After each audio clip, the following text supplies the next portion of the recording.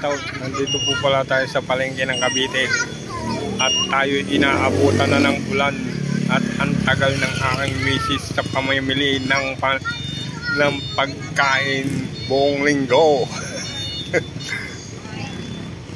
Nandito po kami sa Cavite.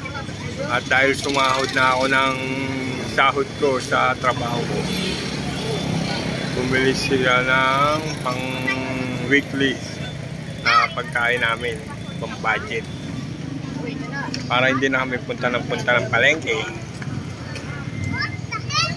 Aso, ayan, inaabutan na ako ng ulan. Wala kami sa Cavite. Ayan. Shoutout po sa lahat ng nanonood dyan, kung meron man. Makukulit yung mga bata. So, paano? Bye-bye! Update lang!